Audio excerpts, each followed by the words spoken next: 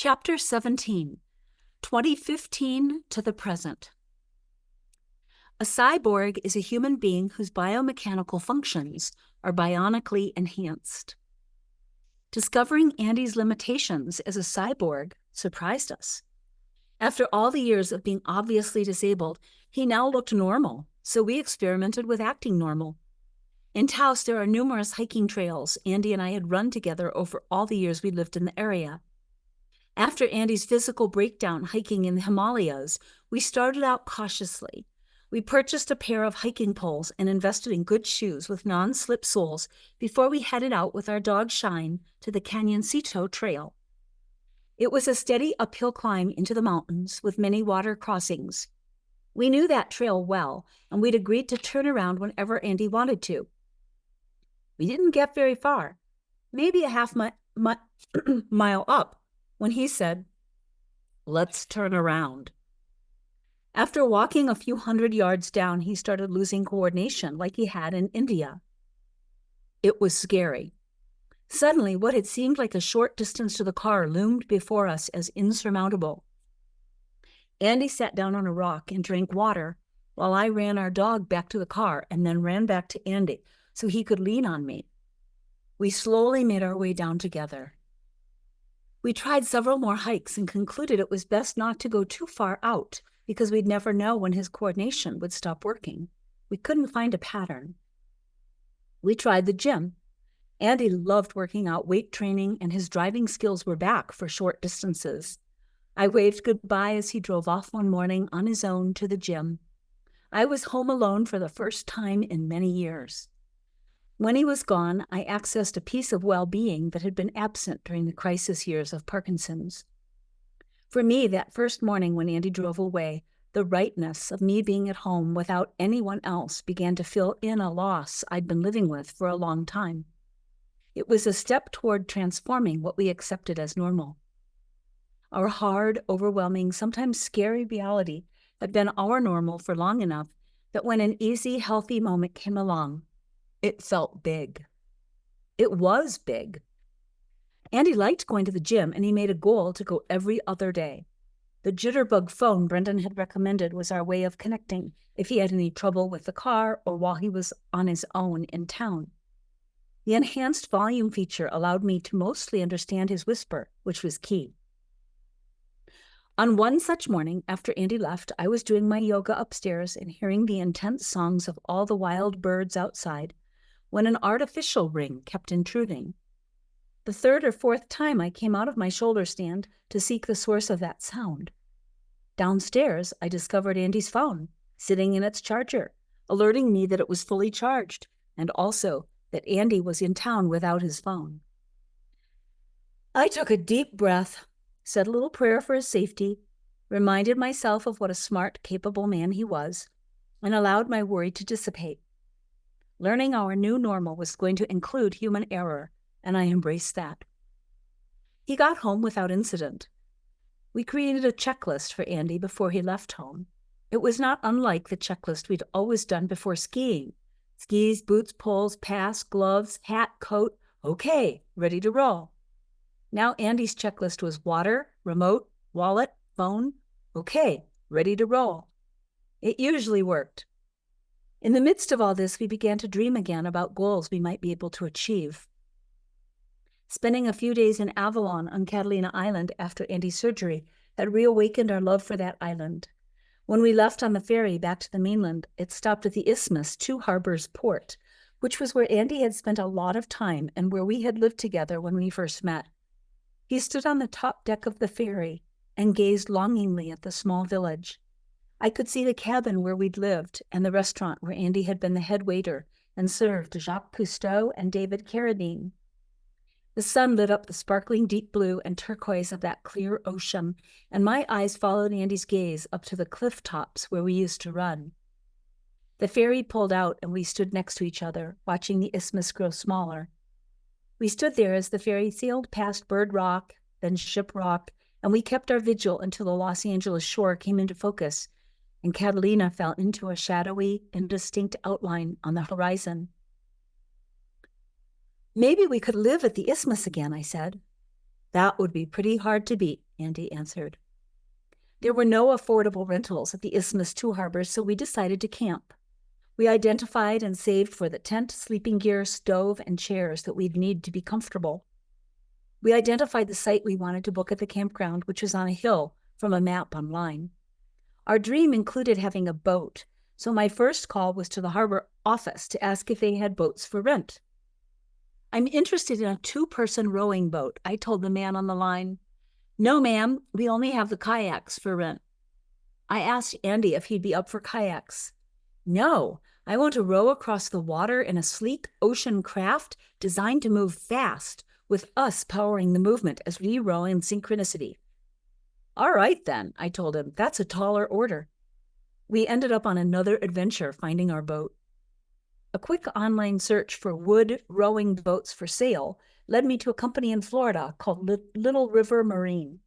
They had a used boats for sale page, and we fell for an 18-foot double ocean rower listed for $5,000 with a banner saying it was in Colorado. I called the company. Is this boat really in Colorado? I asked. Well, yes, it is, ma'am. The owner of our company has a second home in Pagosa Springs, and he brought this boat there for his own use. It's stored in a barn on his property. You interested? Pagosa Springs was only a couple hours away. I'm interested, I said. We drove up that weekend and bought the boat. It took over a year to prepare for our Catalina trip. We ordered a trailer kit, and Andy built it by himself in our driveway. We got a hitch put onto our car, and I made phone calls to numerous people on Catalina Island. We had to find a way to get our boat the 21 miles from where the barge would drop her off in Avalon to the campground at Isthmus 2 harbors. I picked up the phone and, with fingers crossed, called the 2 harbors office. A man named Chris Barrios agreed to help us get our boat to the campground, along with his compadre, Doug. That first boat launching was perfection, but our arrival was not. When we landed at the Isthmus, it was 100 degrees. October brought the Santa Ana winds blowing in, stifling hot.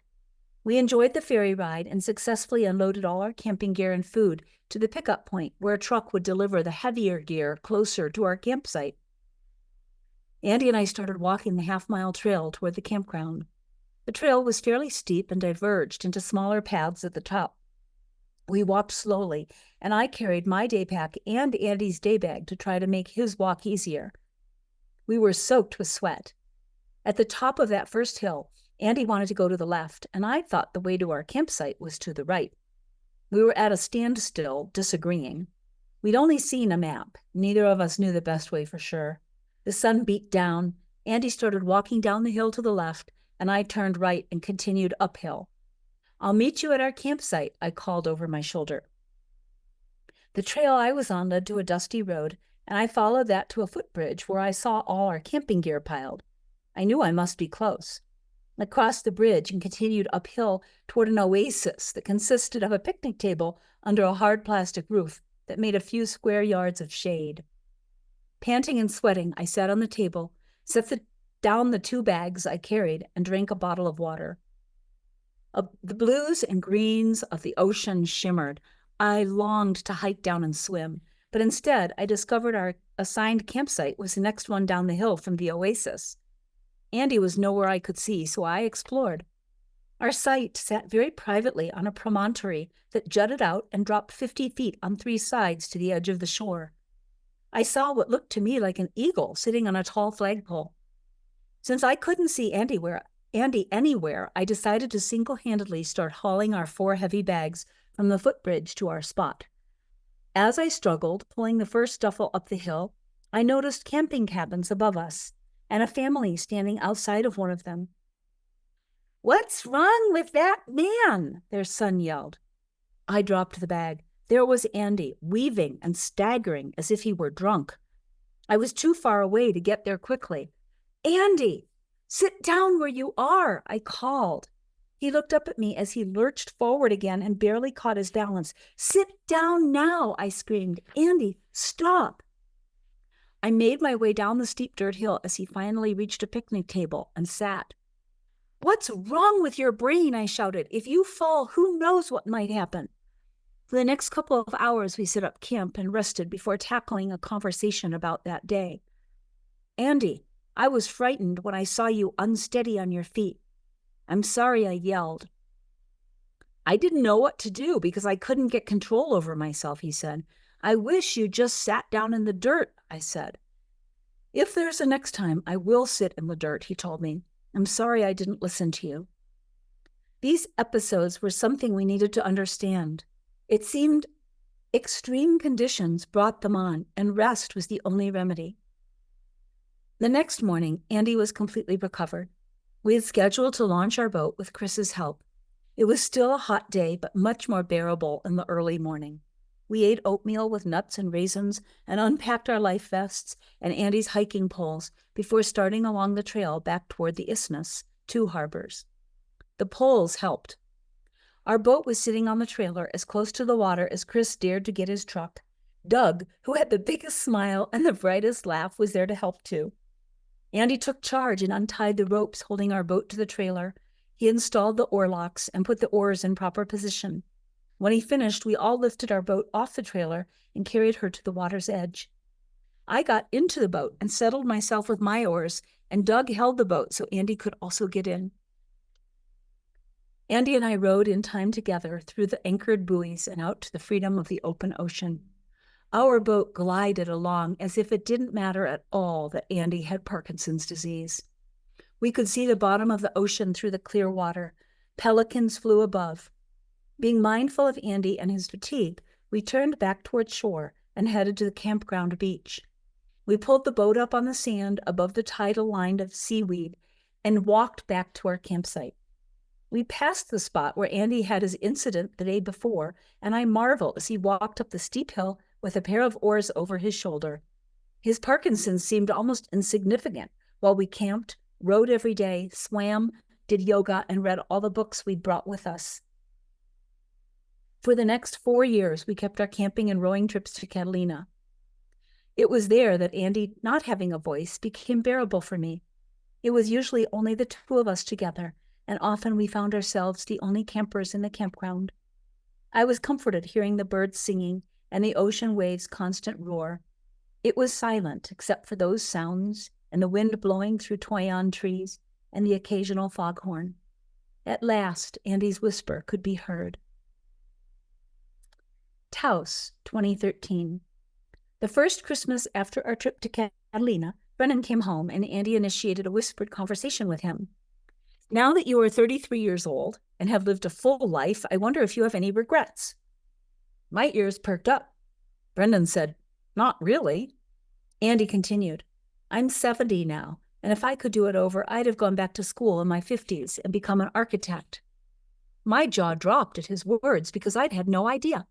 Andy went on, It really is too late for me to do that now at 70 with Parkinson's disease, but it's not too late for you if you ever had a dream you haven't yet realized.